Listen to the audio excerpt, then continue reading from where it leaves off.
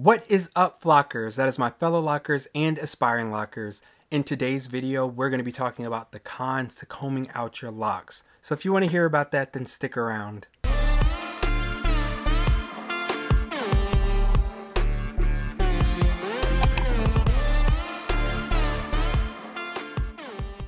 Okay, we're going to keep today's video pretty short. I only have a list of about 4 things, but let's go ahead and jump right into it. The first thing that is on my list, and it is not a thing to just throw to the wind and just disregard, is how long it is going to take you to undo your locks or comb them out. It all depends on the size of your locks, how many locks you have, and things of that nature. But anyone that has anywhere over probably 50 locks, it is going to take you a significant amount of time. Even the thickest locks that I had when I had traditional locks, it still would take me a minimum of 30 to 45 minutes per lock to undo a lock or to comb out a lock.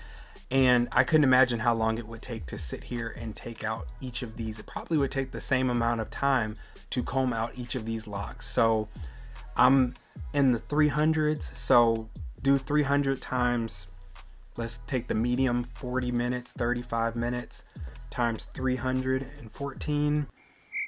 That's going, I don't do math like that, but that's going to take you some weeks, I'm assuming. And that's if you're constantly working hours at a time without taking long breaks or taking a ton of time off to do that. So it is going to take you an incredibly long time to comb out your locks. So if you have the desire and you have the time to comb out your locks, then maybe, but for most people who don't just have a ton of extra time to be sitting around combing out locks, that is a huge con of how long it takes you to comb out your locks. The second thing on my list for why it is a huge con for combing out your locks is my neck, my back, no, I'm just joking, but I'm not. Your neck, your back, your shoulders, your arms, everything is going to be extremely tired and sore because when you think about it, you're sitting here in the position, like I said, for minimum of 30, 45 minutes picking out a lock. So you got your head cocked to the one side while you're sitting there doing one lock at a time. Your arms are getting tired as you're having to go all around your head. Your neck is getting tired.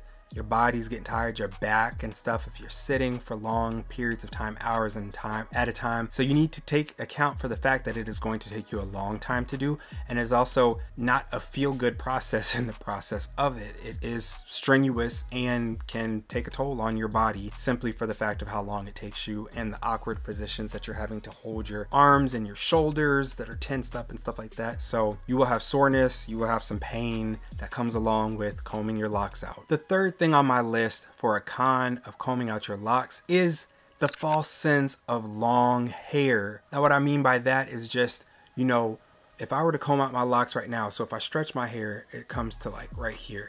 Now if I were to comb this lock out, because it's not going to be all interlocked and weaving and woven and stuff like that, my hair is probably going to be significantly longer than the lock itself, because it's not, like I said, locked. It's just going to be, you know, you can stretch it and it's going to be longer. So maybe, I don't know, maybe it would be here, maybe it would be here.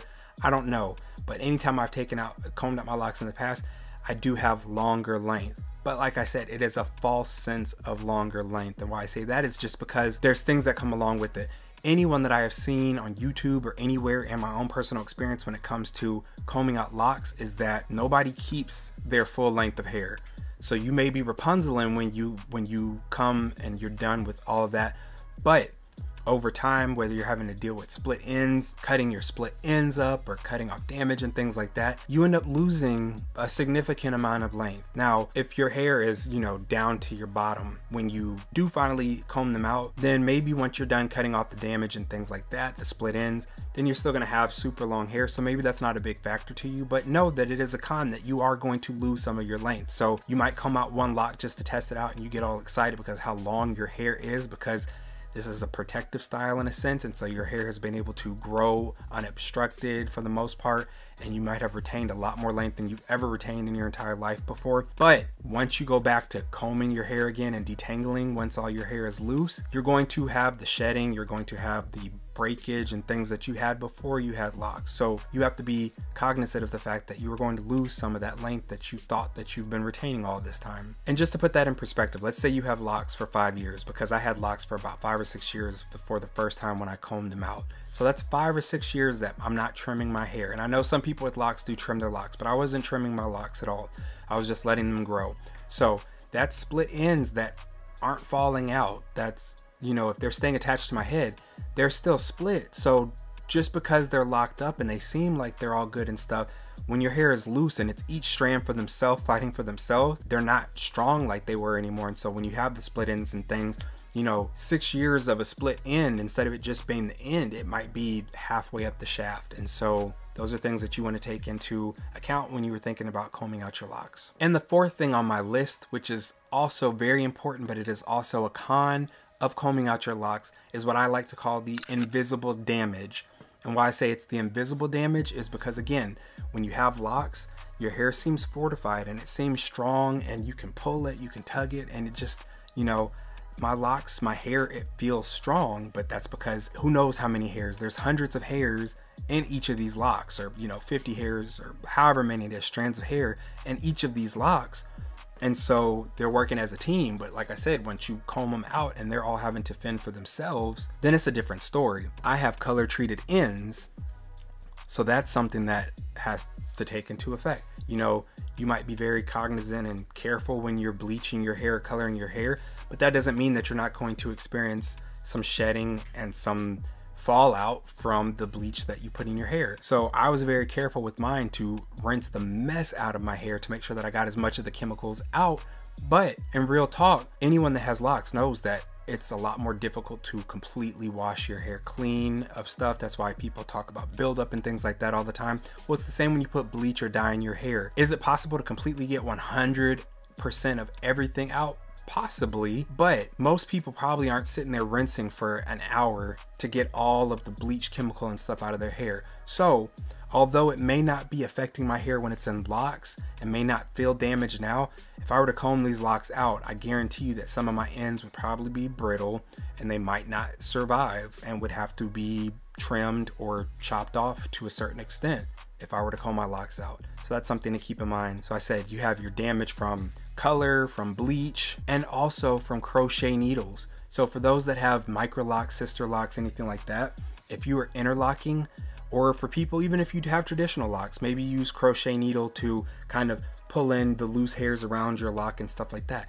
Well, think about it. On those crochet needles, they got tiny little ends or hooks or whatever, and you're poking it through your locks and pulling the hairs in and whatnot. And although you may not be doing severe damage, that's invisible damage because you're pulling your hair, and you could be pulling through some of the strands of your hair, and kind of like you got a hair like this, and if I take my 3-pronged, you know, thing, I'm pulling that hair in, I may be scratching away at the enamel or whatever is on the outside layer of the shaft of the hair, to the point where I'm weakening it and damaging it. So that's something that you have to keep in mind too. All the things that we do to our locks when it's in a lock state might not be the healthiest for our hair if it's in its loose natural state again. Although you may be able to comb your hair out and have a full head of hair, it's not necessarily going to be as healthy as it appears on day one. Like I said, most people, when they comb their locks out, if you go back and look at their hair a couple of months after they've combed it out, it's typically significantly shorter than it was on day one. You know, you're gonna have, your ends are gonna be thinner and all that stuff. So once you get your shape up and stuff,